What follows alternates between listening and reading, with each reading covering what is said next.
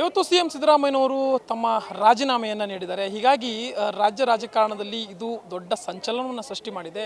ಇನ್ನೊಂದೆಡೆ D K Shivakumar ಅವರು ಮುಂದಿನ ಸಿಎಂ ಅಂತ ಹೇಳಿ ಈಗಾಗಲೇ ಘೋಷಣೆ ಕೂಡ ಆಗಿದೆ. ಕಾದು ನೋಡಬೇಕು ಅಂತಿಮವಾಗಿ ಅವರ ಏನು ಮುಂದಿನ ಪ್ರಕ್ರಿಯೆಗಳು ಏನಿದೆ, ಅದು ಪ್ರಮಾಣ ವಚನ ಪ್ರಕ್ರಿಯೆ ಅಷ್ಟು ಮಾತ್ರ ಬಾಕಿ ಇದೆ. ಕಾದು ನೋಡೋಣ ಏನಾಗುತ್ತೆ ಅಂತ. ಸದ್ಯದಲ್ಲಿ ಏನು ಈ ಒಂದು ವಿಚಾರದ ಬಗ್ಗೆ ನಟರಾಜ್ ಏನು KPCCಯ ವಕ್ತಾರರಾಗಿರುವಂಥ ನಟರಾಜ್ ಗೌಡರು ನಮ್ಮ ಜೊತೆಲಿದ್ದಾರೆ, ಮಾತಾಡ್ತಾ ಹೋಗ್ತಾರೆ. ಸರ್ ನಮಸ್ತೆ. ಏನು ಹೇಳಕ್ಕೆ ಬಯಸ್ತಾರೆ ಈ ಸಂದರ್ಭದಲ್ಲಿ ಈ ಒಂದು ಏನು ನಡೆದಿರುವಂಥ ಬೆಳವಣಿಗೆ ಯಾವ ರೀತಿಯಾಗಿ ನೋಡ್ತೀರಾ, ಹೇಗೆ ವಿಶ್ಲೇಷಣೆ ಮಾಡ್ತೀರಾ? ಈಗ ಮಾನ್ಯ ಸಿದ್ದರಾಮಯ್ಯನವರು ಅದ್ಭುತ ಆಡಳಿತಗಾರರು, ಅದನ್ನು ಅವ್ರು ಪ್ರೂವ್ ಮಾಡ್ಕೊಂಡಿದ್ದಾರೆ 2013ರಿಂದ 2018ರವರೆಗೆ. ಒಳ್ಳೆಯ ಬಜೆಟನ್ನು ಮಂಡನೆ ಮಾಡೋ ಆರ್ಥಿಕ ತಜ್ಞರು ಕೂಡ ಅವರು. ಅವರ ಆಡಳಿತ ಮತ್ತು ಮಾನ್ಯ ಡಿ ಕೆ ಶಿವಕುಮಾರ್ ಅವರ ಸಂಘಟನೆ, ಅವ್ರ ಸಂಘಟನಾ ಚತುರರು ಅಂತ ಹೇಳ್ಬೋದು.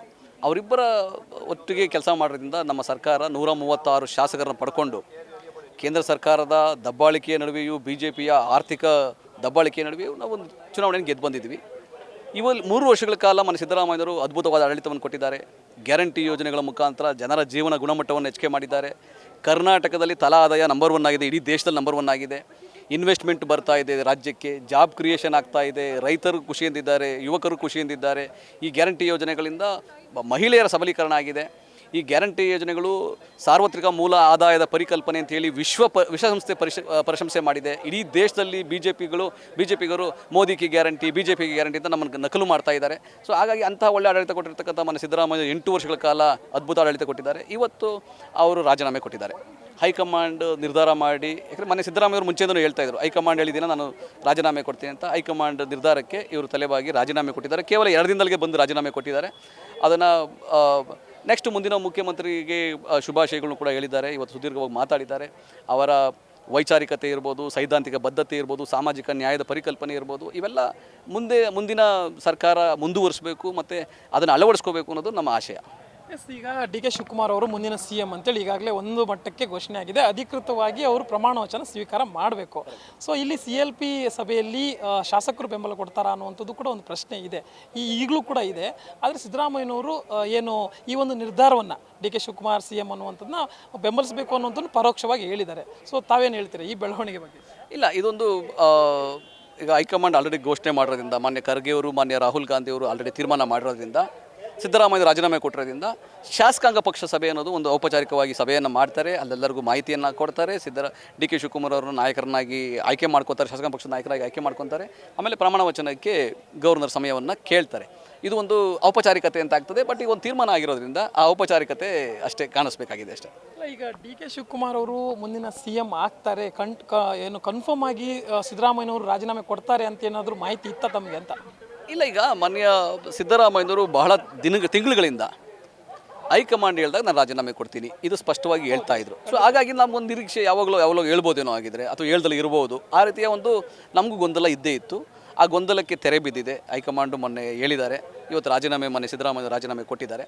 ಈಗ ಮೊನ್ನೆ ಸಿದ್ದರಾಮಯ್ಯನವರ ನಾಯಕತ್ವವನ್ನು ಮುಂದುವರಿಸ್ಕೊಂಡು, ಅವರ ಮಾರ್ಗದರ್ಶನವನ್ನು ಮುಂದುವರಿಸ್ಕೊಂಡು, ಅವರ ಆಡಳಿತವನ್ನು ಮುಂದುವರಿಸ್ಕೊಂಡು ಹೋಗಬೇಕಾದ ಜವಾಬ್ದಾರಿ ಮಾನ್ಯ ಡಿ ಕೆ ಶಿವಕುಮಾರ್ ಅವರಿಗಿದೆ. ಸಂಪುಟ ಸಭೆಗೆ ಬರ್ತದೆ.